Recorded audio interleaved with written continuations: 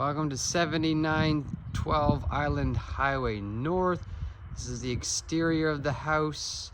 The last thing I have to do is just put the pipe in for the natural gas, which will be done next week, but that doesn't have any structural compromise on the building at all. So that's the outside. The garage, it still has to be poured, and the doors and garage doors have to be put in, but that's a good idea. The deck outside, you can see upstairs all of the joists that are everywhere, bolted to the wall and screwed and hung with hangers.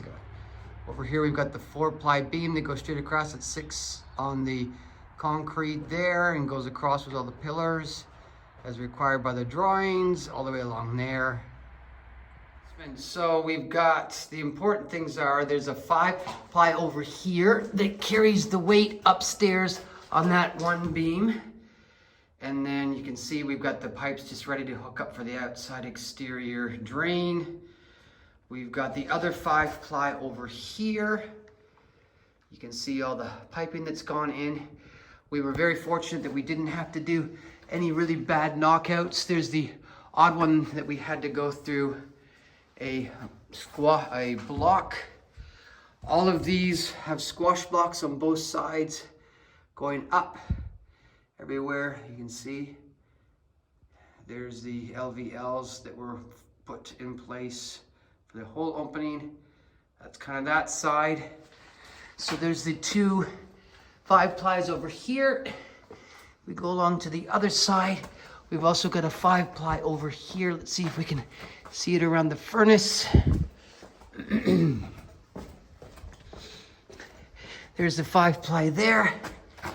We actually had to cut out a section for the cold air return, so actually that's a 6-ply. They've got headers up top, triple headers you can see. Also through the doorways are the same thing. We've got triple headers up there. I don't know what else to show you in the basement. If you have any questions or anything that's been done, please let me know. Note, in the basement we have one concrete pillar there, and the other concrete pillar you can just see on the other side of the furnace.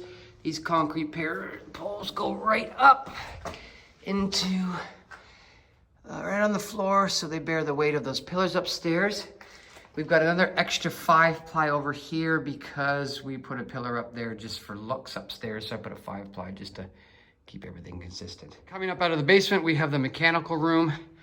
Not much to show you in here structurally. There's where our electrical panel is, ready for electrical inspection as well too. We walk out, we have the hallway here. I've got some cabinets in there, not in place yet, but they're there. There's the stairs. They've got the proper rise and run. They've been accounted for. I don't have railings in yet, but you can see they're up and ready. Now, the important around here are these 12-inch poles to carry weight. They actually sit on the concrete pillars in the basement. So you can see those. The LVLs sit on top of those as well too. I actually put in an extra one, and that's carried in the basement on 5 as well too. I just put that in there more for looks than anything else. You can see over here, we have the 5-ply LVL that goes from top to bottom. It also covers for the triple-ply LVL there, and that ties into that. So that's there. We haven't changed anything structurally for any of our vents or anything here. You go through the kitchen, you obviously have the 5-ply there that carries that weight, which goes right across there to that 5-ply. You can see as well. All of the tops have the double plates. The only knockouts we had to do here in the roofs, on the floors, which I don't know if matter to you, but the toilet upstairs is actually about 1 foot away from, there's where it comes in. So rather than take it through the floor joist there, we brought it back and brought it down a good 3.5 feet to meet the specs that are required. And then it goes into the drain back there. And you can see I will be building a bit of a false wall around there to cover up those pipes. But that's the kitchen. You've got the two LV, they got the 3-ply up there with the 5-plies holding those up. I can show you the laundry room. There's nothing structurally here other than just the roof's all there. I guess just show you everything. We got a teeny little closet thing here and bathroom. There's the doorway. This is the main living room. This is their trusses up there.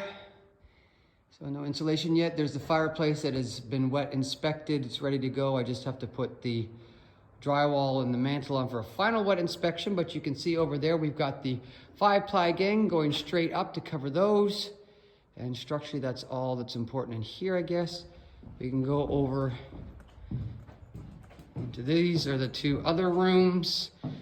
Nothing's really changed in here, just the bearing walls there with the double plates. There's that washroom there in the diagram.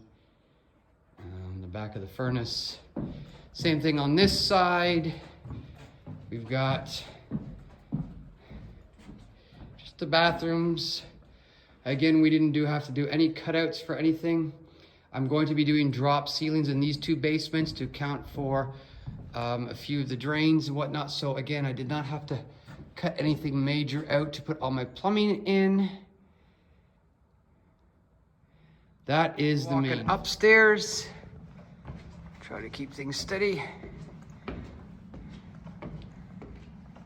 So the 2 rooms here are similar to the basement or the main floor. Nothing in here really much to mention.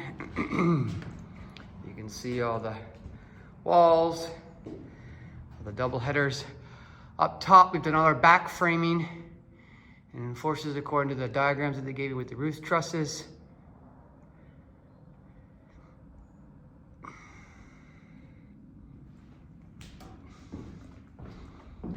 We've got the HRV system already in place as well too. This is the main room, main open area. There's that room in there. This is the master bedroom with closets and the bathroom. Again, nothing structurally, I don't know, abnormal here. Again, we've done all the back framing that we've required. And up top, roof, we've got no leaks. There's our main stink pipe. Yeah, that's about it. I used 2x8 headers just for the heck of it because I actually had a bunch of it lying around, so.